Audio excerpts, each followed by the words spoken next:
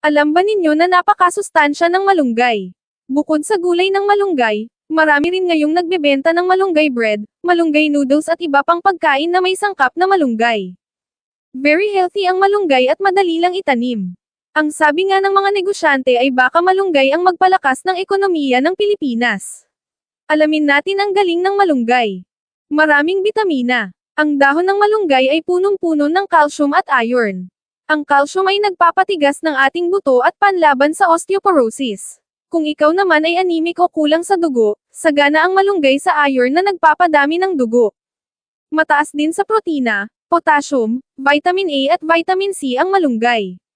Ang mga bitaminang ito ay tinatawag na antioxidants. Ito yung lumalaban sa stress at nagpapabagal sa pag-edad ng ating katawan. Kumpara sa ibang prutas at gulay, ang malunggay ay may mas maraming bitamina. Super gulay talaga ang malunggay. Ang problema lang ay dapat masanay ang bata na kumain nito. Ang prutas ng malunggay ay masustansya rin at mataas sa carbohydrates, calcium, iron at phosphorus. At dahil sa bitamina nito, ang malunggay ngayon ang pinapakain sa mga payat at malnourished na bata. Mura at masustansya ang malunggay. Pwedeng-pwede sa mga feeding program ng gobyerno at mga volunteer groups. Para sa may sakit, 1. Pampalakas ng katawan, kumain ng isang tasang dahon ng malunggay araw-araw para mapunuan ang bitaminang kailangan ng katawan. 2.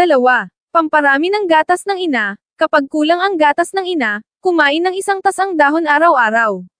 Pwede rin pakuluan ang dahon at gawing tsaa at inumin. 3. Marami pang kabutihang taglay ang malunggay kaya magtanim nito sa inyong bakuran. Paki-share para malaman ng iba. Mga sangkap. Isang balot noodles 60 gramo. Chicken, beef, shrimp, etc. Pwede rin may flavor. 4 na tasang tubig. Isang pirasong itlog, binati. Isang tasang malunggay. Asin o patis, para sa inyong panlasa. Paminta buo o durog, optional. Pagluluto. 1. Sa kaserola ilagay ang tubig, pakuluan ito. 2. Ilagay ang noodles, takpan at pakuluin. 3. Ilagay ang itlog, haluin. 4. Ilagay ang dahon ng malunggay. 5. Ilagay ang asin o patis, ayon sa inyong panlasa. 6. Hanguin at ilagay sa lalagyan at ihain kasama ng kanin. Pasok ito sa inyong budget.